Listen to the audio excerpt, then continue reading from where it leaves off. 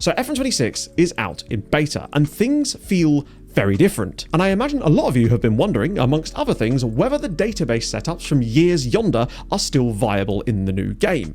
And I'm here to tell you that yes they are, with a caveat.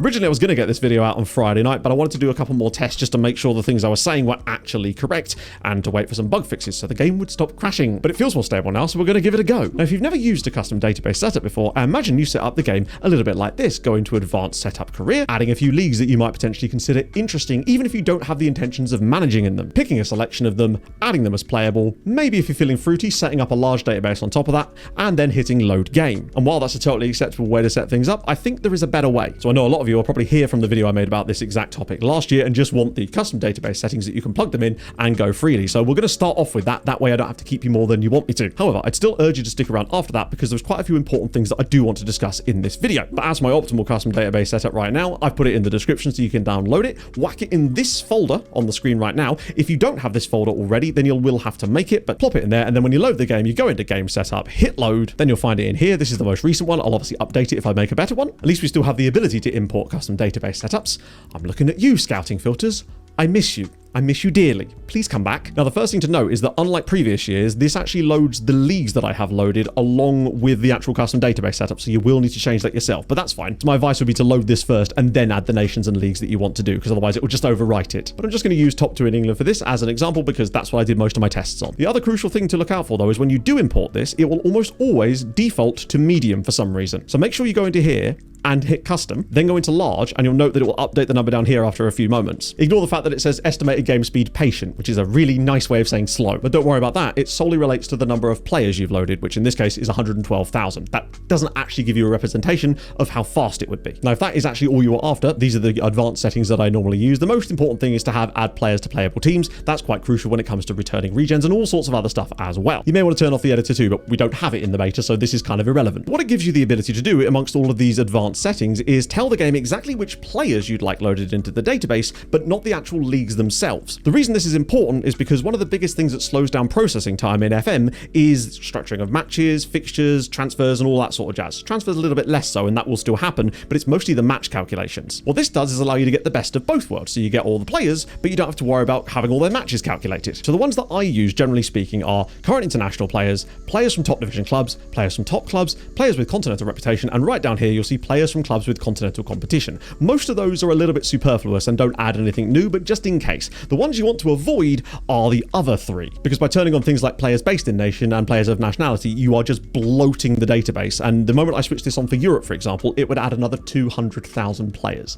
And I know I said it didn't care too much about how many players were loaded in terms of speed, but there's a limit to everything. So why would you want to do this in the first place? The game likes to top up the database in terms of the number of players to match the number that you've set at the start, or at least attempt to. It will fluctuate quite wildly at times, but generally that's what it's trying to do. And the way that it does this is, of course, through youth intakes. But what this does is allows you to sort of guide the game as to where those youth intakes are going to come from. But this setup, I find, is the most sort of catch-all that will generally hit most of the marks. But I will show you later on how you could potentially tweak it to your own desires. The one potential drawback with this that I need to highlight is the fact that obviously with only 2 leagues loaded as playable, you are going to see a reduced amount of transfers around the game world and the reduced amount of clubs actually interested in your players as well. But I would say this setup is best suited for the sort of one club saves, or if you wanted to stay in one nation. Journeyman would be a little bit more difficult because you'd obviously want to have more leagues loaded as playable so that you could potentially move from one job to the other. That becomes a little bit more complex, especially as you can't add players in the middle of a save. This must be done up front. You can turn leagues on and off middle of a save, but you can't add the players. So if you are going to do a journeyman, I'd suggest perhaps just selecting a smattering of countries around where you want to be and then adjusting it on the fly as you go along. When I made this video 2 years ago, I had some benchmarking numbers that I had compared to the previous year, and I wanted to bring those exact same tests to the floor again with the exact same settings to see if there's been any improvements, and there have. So with this benchmark, I've always used the top 2 divisions in the Netherlands with myself managing Ajax, as it's just like a reasonable one to show you what it would be like when you're actually in charge of a club. And the crucial thing is when you just load it as playable with a very small database, which is very small, although slightly larger than the small database from 24, there is an 18% increase in speed from the exact same settings on 24, which is a huge jump. And all these tests have been carried out on the exact same computer. So while I am showing the times on screen, the times aren't really relevant. It's more the percentage much differences that is, because the times are very much dependent on my PC. The percentages, however, are completely relative to each other, which shows the increases. Whereas with a large database and my optimal setup, there is still an increase in performance with this setup from the previous year, but it is only 6%. So clearly some stuff has gone on under the hood with regards to the playable leagues that definitely does streamline things a little bit. However, it quickly gets out of hand when you turn on many more of them. So what this shows is that a small database with a few playable leagues switched on could actually be a lot quicker than last year, so it might still be an option. But I still think the large optimal one is more fun, and that's still 6% faster than last year as well. So now onto the youth intake logic, which I think is important because this is what's actually keeping those databases pumped up, and also what's allowing you to scout for those amazing Wonder Kid regens from various clubs. For each of these, I do have real examples so I can actually show you rather than just tell you, because it's easier. So with France set to playable, you'll notice that almost all of the clubs are getting youth intakes. Most of them are getting at least 8 players. There are some that get as many as 14, which is absolutely crazy. It also adds a lot of extra players all the way down the pyramid, even in leagues that aren't switched on in France, as long as you have the top 2 leagues switched on to playable. But it does have a habit of, what I can tell, bloating the database a lot. 5,000 players added in just the first season. And obviously it's very slow because you've got loads of leagues set to playable. Another fun thing I discovered is that Fulham just don't get youth intakes. There's a bug in the game at the moment that seems to only affect Fulham, and it means that no matter what you do and how you set it up, Fulham do not get a youth intake in the first season or the second.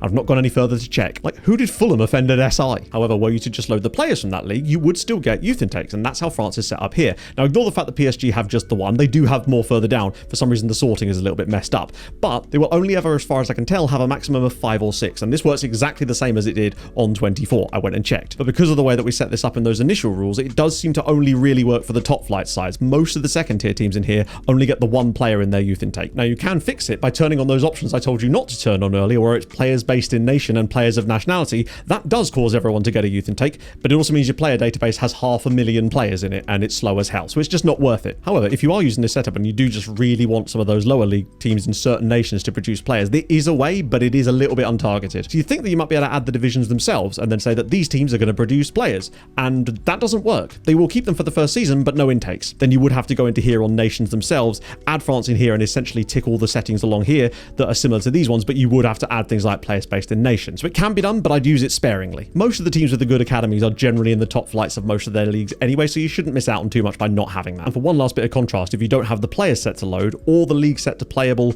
or view only, then this is what intakes will look like. Most leagues, it will just be the top few teams in each division will get 3 or 2 players, and everybody else basically just gets 1. It's just to keep it at a very low level. So I did a few more comparisons of the optimal setup in use in a more practical application. So the main one I used to begin with was the top 7 leagues, top 2 divisions, all set to playable. So 14 leagues, starts with about 40k players with the large database. Obviously, after a year, it's up to 45 because of all the bloat. So every team in a league that's set to playable gets a full intake, and then the ones below there get a random smattering, and then sometimes non-league clubs like AFC Sudbury get 6. I don't know why they've got 5 or 6 in this. This happens every single time.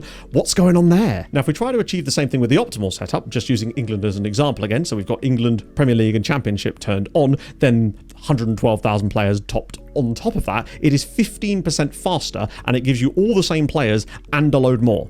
Now, obviously, the intakes are slightly smaller because you're getting 5s instead of 10s, but it does help stop the database from getting bloated as well. But this brings me to the sweet spot where I think a lot of us are going to be sitting this year, and it seems to be more viable than ever. And that is the choose the league you're going to be managing in. Just as an example, England here. Whack on the optimal database setup, but then we can start adding some leagues for view only for a little bit of flavor, because that way at least you're still going to be seeing results and tables and a general game world that feels like it's being lived in a little bit more, even though that does just seem more difficult in 26 in general. It also in theory stops that problem of the lack of transfer variety. This should open that up way more at a relatively small cost. And the reason I know that is because I actually did the test to find out exactly how much of a cost it was for each league you turned on, because this is the information you're here for. We're going to talk in percentages again, that way it's relative across the board, although I'm very curious to see what this stuff runs like on my new PC, which is sat on my coffee table downstairs without a Windows license. But the math breaks down as follows. For every single view-only division that you add, it will add 1% extra processing time to the base amount, and that's with the optimal setup as standard, i.e. the one I just did. So 112k, 2 leagues loaded playable. Every additional view-only division will add 1% from the base. So if you added 14 view-only leagues, it would add 14% to the speed. And what that essentially means is that you could theoretically have 2 leagues loaded as playable, 15 loaded as view-only for flavor around your save, and still be exactly as quick as if you just loaded a few of the leagues unplayable and ended up with 70,000 players less. And that is why I still think it is the optimal way to go, because it gives you more functionality. Hopefully that tells you what you need to know. I have a video coming up very soon about scouting views, which are going to be even more important for the time being, because we can't import or export filters or even save them. So hopefully that gets fixed. But in the meantime, do not worry, I have a solution for you. Like and subscribe. See you soon.